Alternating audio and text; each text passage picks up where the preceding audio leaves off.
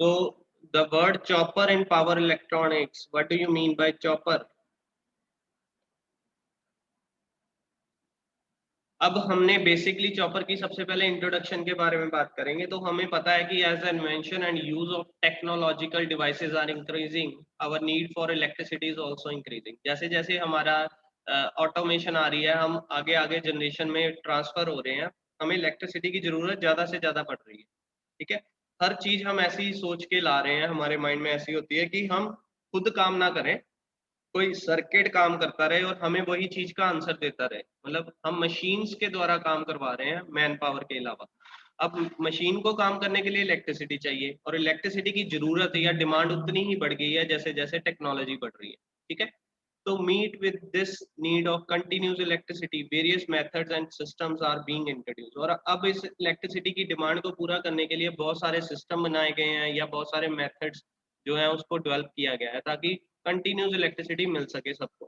Among the gadgets and devices we use, some are powered by AC current while some are of DC powered। अब हमें पता है कि बहुत सारे ऐसे गैजेट्स हैं जो AC पे चलते हैं और बहुत सारे ऐसे गैजेट्स भी आ रहे हैं मार्केट में जो DC ऑपरेटेड है। ठीक है, तो दोनों इलेक्ट्रिसिटी की हमें इंपॉर्टेंस पता है कि दोनों अपने अपने जोन में सबसे ज्यादा इंपॉर्टेंस रखती है, और इसके बिना कुछ भी नहीं हो सकता। Not all the devices require the same amount of power to operate. अब हर डिवाइस, जितने मार्केट में कंज्यूमर इलेक्ट्रॉनिक्स की आप शॉप में चले जाओ, इतने मार्केट में प्रोडक्ट्स आ चुके हैं कि आप सोच भी नहीं सकते। Thousands of products are there, एक एक शॉप में पड़े हैं, और हर किसी का अपना अपना काम है, अलग अलग काम है। तो सभी को काम करने के लिए अलग अलग पावर की जरूरत है। ये नहीं होगा कि सारे सेम पावर में तो कंज्यूम करते हो, हर किसी की अपनी पावर होगी या अपनी वोल्टेज होगी जिसपे वो काम कर रहे हैं। But the power given to households through mains power supply is AC and is of fixed amount of around 240 volts। But हमारे जो घरों में सप्लाई आ रही है, we know that वो 240 volts आ रहे हैं।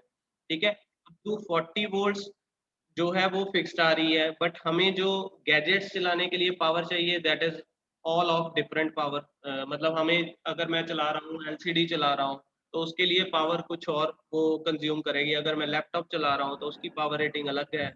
अगर मैं कोई टॉय चला रहा हूँ या कोई ग्राइंडर मिक्सर चला रहा हूँ, किचन अप्लायंसेस चला रहा हूँ, तो हर किसी की पावर अपनी अपनी है।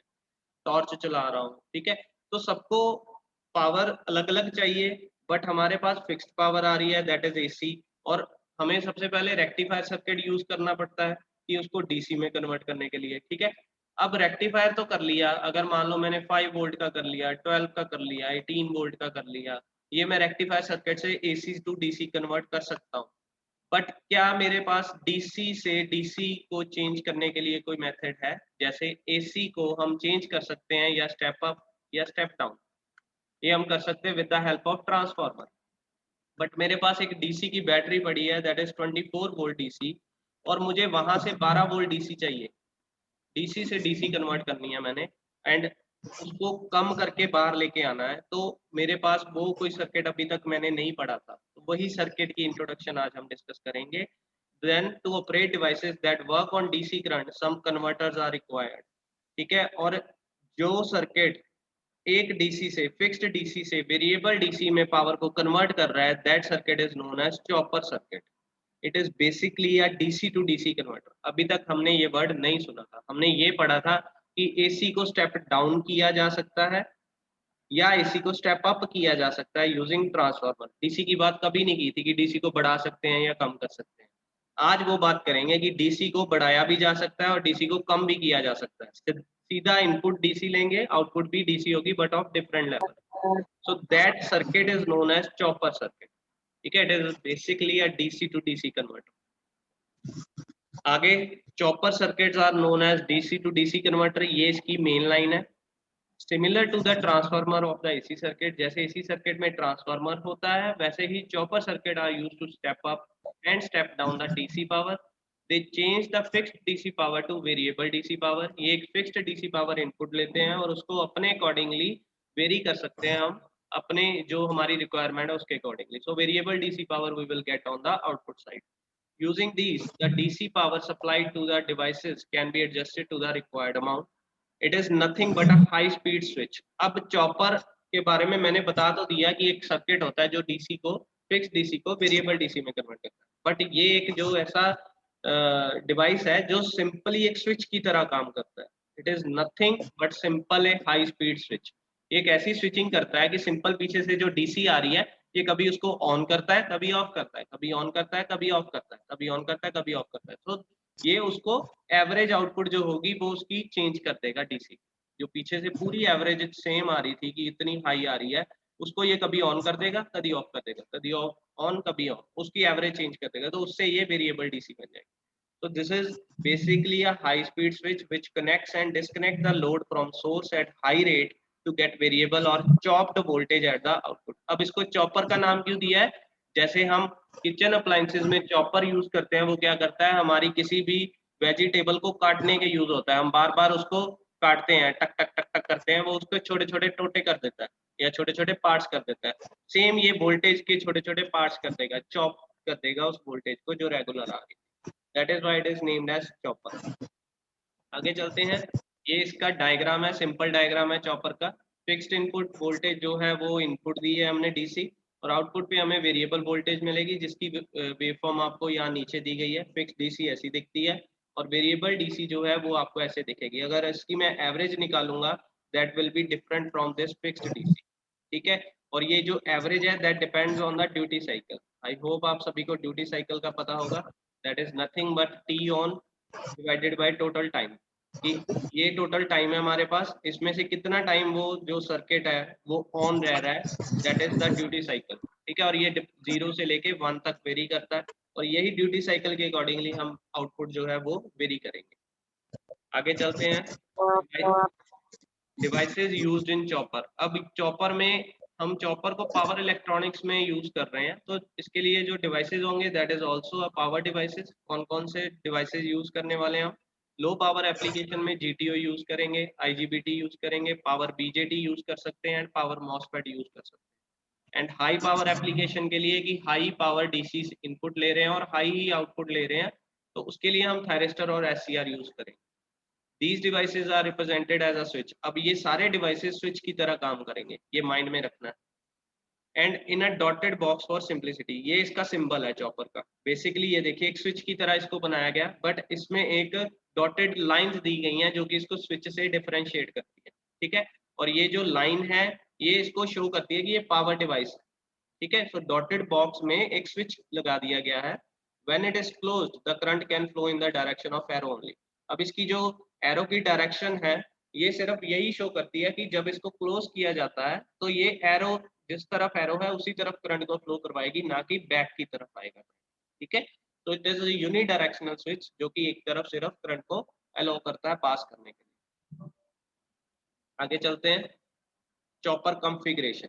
अब चॉपर का एक बेसिक वर्किंग प्रिंसिपल समझाना हो तो दिस डायग्राम इज सफिशिएंट। इसमें क्या हो रहा है, हम पीछे से डीसी सप्लाई दे रहे हैं, एक चॉपर स्विच लग गया और एक लोड लगा हुआ है। लोड कैन बी आर और it can be R L load. पीछे से जो सप्लाई आ रही that is input voltage that is constant. ठीक है, चॉपर स्विच को हमने ऐसे कॉन्फ़िगर किया है, ये कभी ऑन हो जाएगा, कभी ऑफ हो जाएगा, कभी ऑन हो जाएगा, कभी ऑफ हो जाएगा। तो उसके अकॉर्डिंगली हमें जो आउटपुट मिल रही है दैट इज दिस। ठीक है, आउटपुट वोल्टेज मिलेगी। जब ऑन है तो हमें वही जो इनपुट सप्लाई है वो आउटपुट पे मिल जाएगी, बट जब ये चॉपर स्विच ऑफ हो गया हमें कोई आउटपुट सप्लाई नहीं मिलेगी, इस टाइम पे नहीं मिलेगी। फिर ऑन कर देंगे फिर मिल जाएगी, फिर ऑफ कर देंगे फिर नहीं मिलेगी। अब इसकी हमने एवरेज आउटपुट वोल्टेज निकालनी है जो कि कम होगी with respect to input voltage. और चॉपर ऑन टाइम और चॉपर ऑफ टाइम इस पे डिपेंड करेगा कि हमारी आउटपुट वोल्टेज कितनी आ रही है। ठीक है, आगे चलते हैं टाइप्स ऑफ चॉपर की तरफ। तो बहुत सारी टाइप्स हैं, हमारे एग्जाम में आपको डायरेक्ट क्वेश्चन आएगा। बेसिकली ये दो तरह के होते हैं, स्टेप अप चॉपर, जैसे ट्रांसफार्मर दो तरह के होते थे, step up and step down, वैसे ही step up chopper and step down chopper ये दो तरह के होते हैं। ठीक है, आगे यहाँ पे दिया है the chopper are also called as DC transformer, इसको डीसी ट्रांसफार्मर भी बोलते हैं।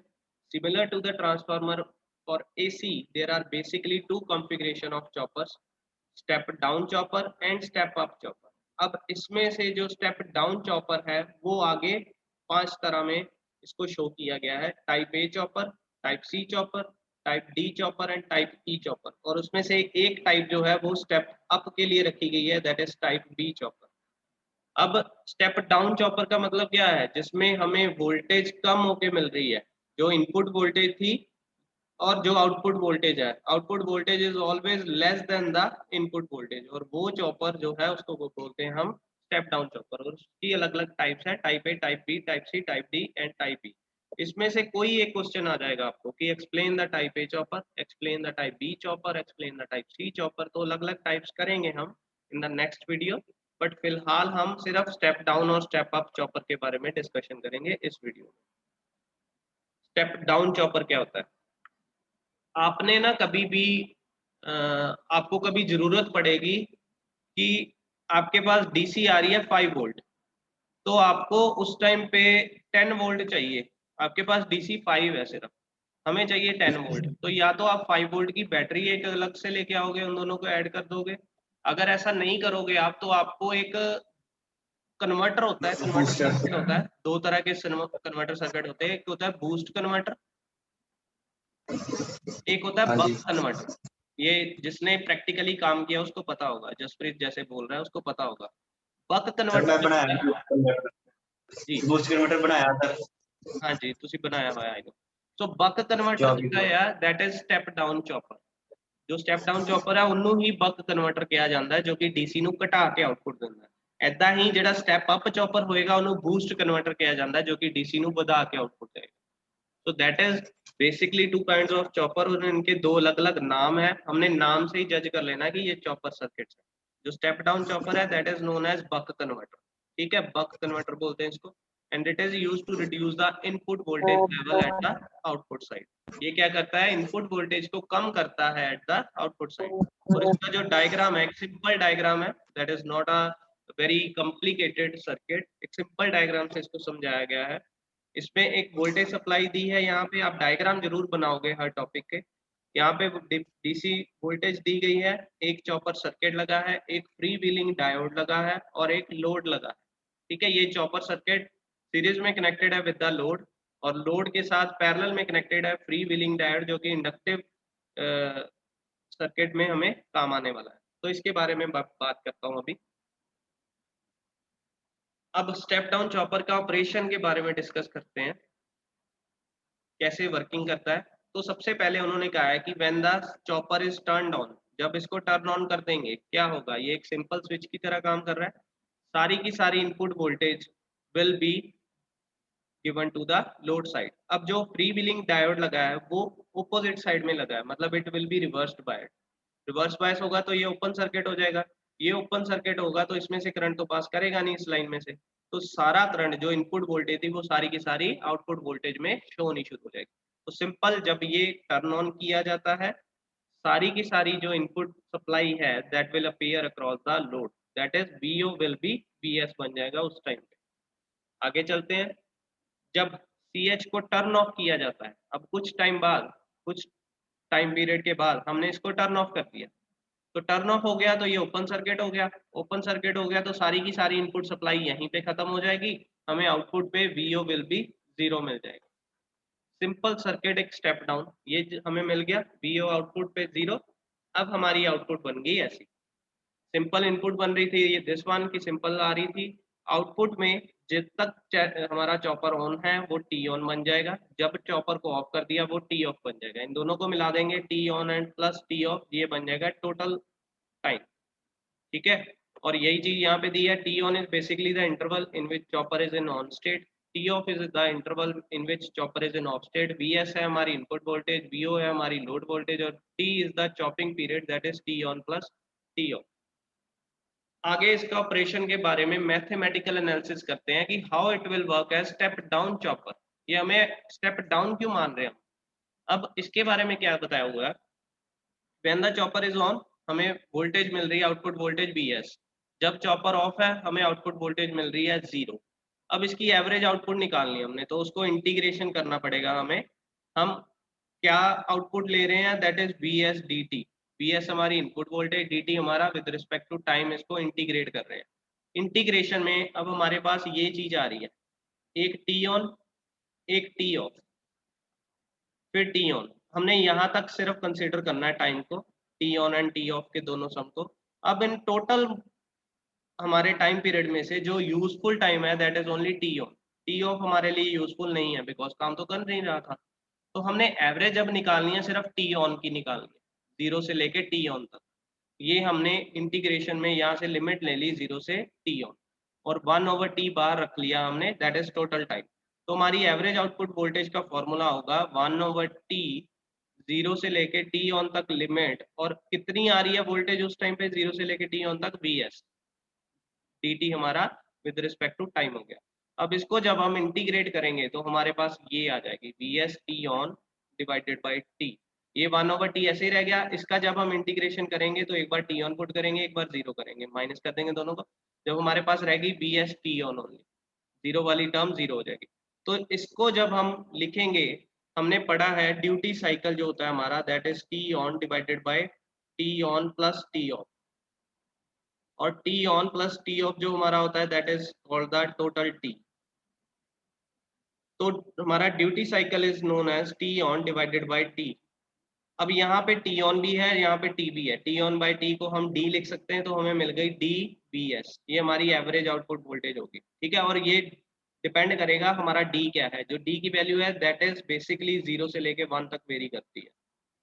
अगर मैं इसको जीरो कर दूं तो हमारी एवरेज वोल्टेज जीरो हो गई। अगर मैं इसको 1 कर दूं तो हमारी एवरेज वोल्टेज हो जाएगी 1, that is V S. That means जब इसकी वैल्यू 0 से 1 के बीच में होगी उस टाइम पे हमारी average voltage will be always less then total voltage, ठीक है। वो उसके साथ मल्टीप्लाई हो जाएगा वी एस के साथ। अगर मान लो 0.7 है डी, तो 0.7 को वी एस के साथ मल्टीप्लाई करेंगे तो input voltage is V S, उससे 0.7 गुना कम जो है, मतलब इसका 70% होगी हमारी आउटपुट वोल्टेज। तो output voltage is always less than input voltage, that is why it is known as step down chopper. और इसकी RMS voltage, RMS stands for root mean square. इसी फॉर्मूले का हमने आरएमएस निकाला तो ये फॉर्मूला बन जाएगा। इसकी जो आरएमएस वैल्यू निकलेगी वो होगी under root D V S.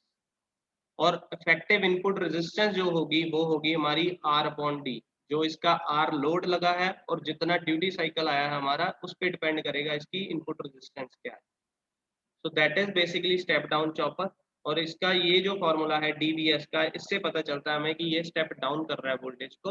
और इसको हमें आउटपुट ऐसे ही निकालनी पड़ेगी कि हमें डिपेंड करेगा, यहाँ से देख सकते हैं we can conclude that output voltage is less than the input voltage, hence the name is step down chopper. The output voltage and current waveform of step down chopper with resistive load is shown below. अब resistive load है, कोई किसी तरह का current change नहीं होगा, जो voltage आएगी वही करंट आएगा। तो ये यहाँ पे वेवफॉर्म दी है वोल्टेज की, और ये यहाँ पे वेवफॉर्म दी है आउटपुट करंट की, जो कि सिमिलर होगी विद द वोल्टेज। ये हो गया हमारा स्टेप डाउन चॉपर का रेजिस्टिव लोड में ऑपरेशन। आगे है हमारा स्टेप डाउन चॉपर में इंडक्टिव लोड लगा दिया हमने। अब इंडक्टिव लोड लगा है तो हमें फ्री व्हीलिंग डायोड का इम्पैक्ट यहाँ पे दिखना शुरू होगा। फिर वही चीज है कि इंडक्टिव लोड लगा दिया, मोटर लगा दी, क्या ये उसको स्टेप डाउन कर रहा है, ये हमने प्रूव करना है। वही चीज, जब चॉपर को ऑन किया तो सप्लाई यहाँ पे दिखेगी Vs, जब चॉपर को ऑफ किया तो सप्लाई यहाँ पे नहीं दिखेगी। ये होता था बेसिकली। बट अब यहाँ पे क्या हो रहा है, जब इसको ऑन कर रहे हैं चॉपर को, तो इंडक्टर लगा है बीच में, इंडक्टर चार्ज होना शुरू हो जाएगा। फर्स्ट मोड है इसका charging of inductor.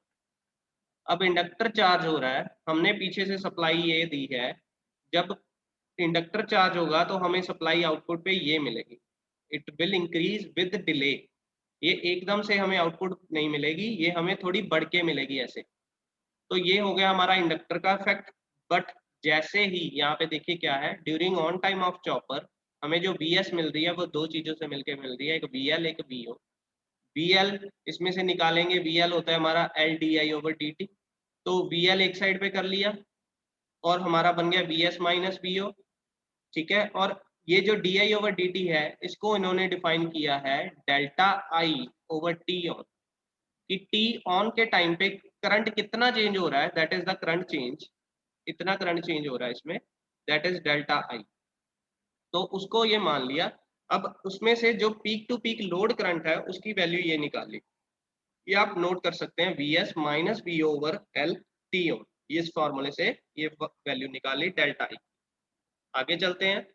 If inductance value is of large, अगर मैं L बहुत बड़ा मानता हूँ कि L हमने बहुत बड़ी वैल्यू में लिया है, तो load current will be continuous in nature. अब जो करंट आएगा आउटपुट साइड पे वो कंटिन्यूस होगा इन नेचर। वो कैसे होगा मैं बताता हूँ आपको।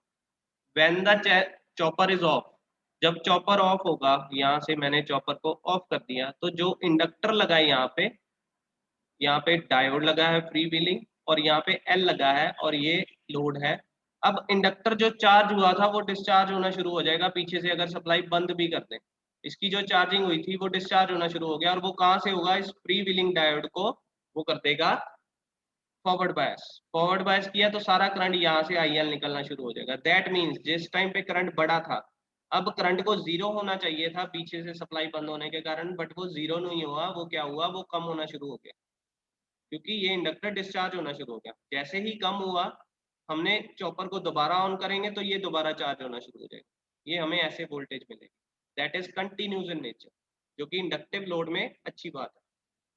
Inductor reverses is polarity and discharges the current free wheels through diode FD. हमें जो करंट मिल रहा है वो मिल रहा है इस वैल्यू पे, that is VO T off over L, because उस टाइम पे टी ऑफ हो रहा है, मतलब टाइम जो चॉपर टाइमिंग है दैट इज ऑफ।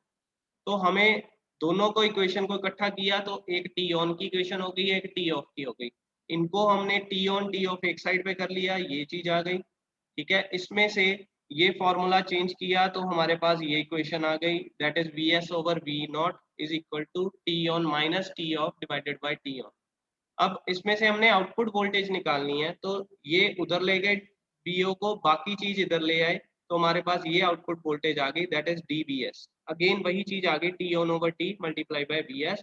अब ये जो डीबीएस है that is what is this, ये डिपेंड करता है ड्यूटी साइकिल पे। ड्यूटी साइकिल 0 से 1 तक वेरी होता है, that means voltage will always be less than the input voltage. तो ये डिफाइन कर रहा है कि ये स्टेप डाउन चॉपर ही होगा इंडक्टिव लोड में भी। ठीक है, बस यहीं तक है हमारा। और ये आउटपुट आएगी वेवफॉर्म हमारी स्टेप डाउन चॉपर। इसमें क्या है, output voltage will B same जो पुरानी आ रही थी रेजिस्टिव लोड में, बट आउटपुट वोल्टेज क्या होगी, वो होगी हमारी कंटिन्यूसली, सॉरी आउटपुट करंट। ये पहले बढ़ेगा, यहाँ पे चार्जिंग होगी ऑफ द इंडक्टर, फिर जैसे ही उसको पीछे से बंद कर देंगे ये डिस्चार्ज हो जाएगा इंडक्टर, फिर जैसे ही ऑन करेंगे फिर चार्ज हो जाएगा, फिर डिस्चार्ज हो जाएगा। तो हमें जो आउटपुट करंट है वो डिफरेंट मिलेगा फ्रॉम द रेजिस्टिव सर्किट। तो this is step down chopper. आगे है स्टेप अप चॉपर। ये भी 5 मिनट्स का टॉपिक है, मैं डिस्कस कर लेता हूँ, इसके बाद क्वेरी सेक्शन रखते हैं, क्वेरी सेशन।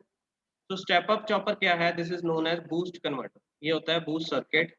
अब ये स्टेप अप करता है वोल्टेज को, it is used to increase the input voltage level of its output side. इसका डायग्राम आप देख लीजिए, that is different from step down chopper. इसमें क्या है, एक हमने इंडक्टर लगाया पहले, देन चॉपर को हमने पैरेलल लगाया है विद द लोड, एंड एक डायोड लगा दिया उसके आगे।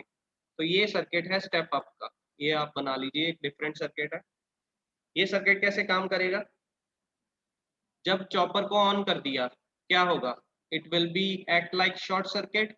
हमने जो पीछे से सप्लाई दी, ये इंडक्टर चार्ज होना शुरू हो गया।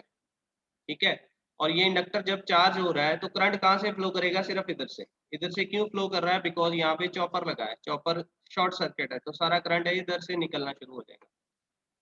When the chopper is on, it short circuits the load, hence the output voltage during T on is zero. हमें जो output voltage मिलेगी that will be zero, क्योंकि सारा सर्किट इधर से निकल रहा है, हमें आउटपुट ऐसे मिलेगी, output current. And Vs will be VL होगा उस टाइम पे, और ये फॉर्मूला होगा इसका L di over dt, ये होता है VL का फॉर्मूला, ये इक्वल हो जाएगा Vs के। इसको हम डिफाइन कर सकते हैं delta I over T on के साथ, L इधर चला गया तो हमारे पास डेल्टा I बन गया Vs over L multiply by T on। ये ऑन टाइम में I की वैल्यू हो गई। आगे चलते हैं, डेल्टा I जो है वो है peak to peak inductor current. अब है चॉपर को हमने ऑफ कर दिया, तो जब इसको ऑफ किया तो उस टाइम पे जो चार्ज हुआ था ये इंडक्टर, ये इसकी वोल्टेज VL और सप्लाई वोल्टेज ये दोनों मिलके यहाँ से डायोड को फॉरवर्ड बायस करेंगे और लोड की तरफ बढ़नी शुरू हो जाएगी। अब क्या होगा, when the chopper is of, the inductor discharges through the load, so we will get summation of both source voltage and inductor voltage as output voltage। हमें आउटपुट वोल्टेज मिलेगी Vs प्लस VL से, इसमें से VL निकाल लेंगे, वो होगा VO minus VS। VL की जो होती है terminology that is L dy/dt, L di/dt को हम लिखते हैं L delta I over T of. अब चॉपर ऑफ है इसलिए टी ऑफ यहाँ पे लिखा है, और डेल्टा आई की वैल्यू बन जाएगी during off time is VO over V S, sorry VO minus V S over L multiply by T off. ये दोनों इक्वेशन को हम जब इक्वेट करते हैं तो सर्किट को सॉल्व करने के बाद आप सीधा यहाँ पे एवरेज आउटपुट वोल्टेज देख सकते हैं, VO is equal to V S minus one over T. अब डी की वैल्यू अगेन 0 से 1 तक ले सकते हैं। अगर मैं इसको 0 मान रहा हूँ, मिनिमम वैल्यू मान रहा हूँ डी की, तो क्या होगा, वीओ विल बी होगा वी एस माइनस वन, जो कि मिनिमम वी एस सप्लाई देगा अगर डी 0 होगा। बट अगर मैं डी को 0.5 मान रहा हूँ तो क्या होगा, वीओ की वैल्यू हो जाएगी V S minus one minus is equal to V S over one minus 0.5। अब 1 माइनस 0.5 करेंगे तो वी एस का हाफ रह जाएगा, sorry V S divided by 0.5, तो क्या होगा, वी एस जो हमारी वी आउट होगी वो क्या होगी, that will be higher than the V S. ठीक है, वो 2 गुना बढ़ के आएगी उस टाइम पे। तो this will be the total output voltage जो कि हमारी वी एस से लेके इनफाइनाइट तक जाएगी। इनफाइनाइट कैसे होगी, जब हम डी को 1 मानेंगे, जो कि होता नहीं है बट मान के चलते हैं, 1 माइनस वन इज 0। अब 0 को जब डिवाइड करेंगे वी एस के साथ तो ये इनफाइनाइट बन जाएगी। तो VO will always be higher than the V S in this case. That is why it is clear that output voltage is always greater than input voltage. Hence, it boost up or increase the voltage level because of this formula. ये हो गया हमारा step up chopper. ये दो तरह के chopper हमने discuss कर लिए, बाकी जो है इसकी टाइप्स वो आगे पढ़ेंगे। इसके रिगार्डिंग क्वेश्चनिंग अब हम कर लेते हैं।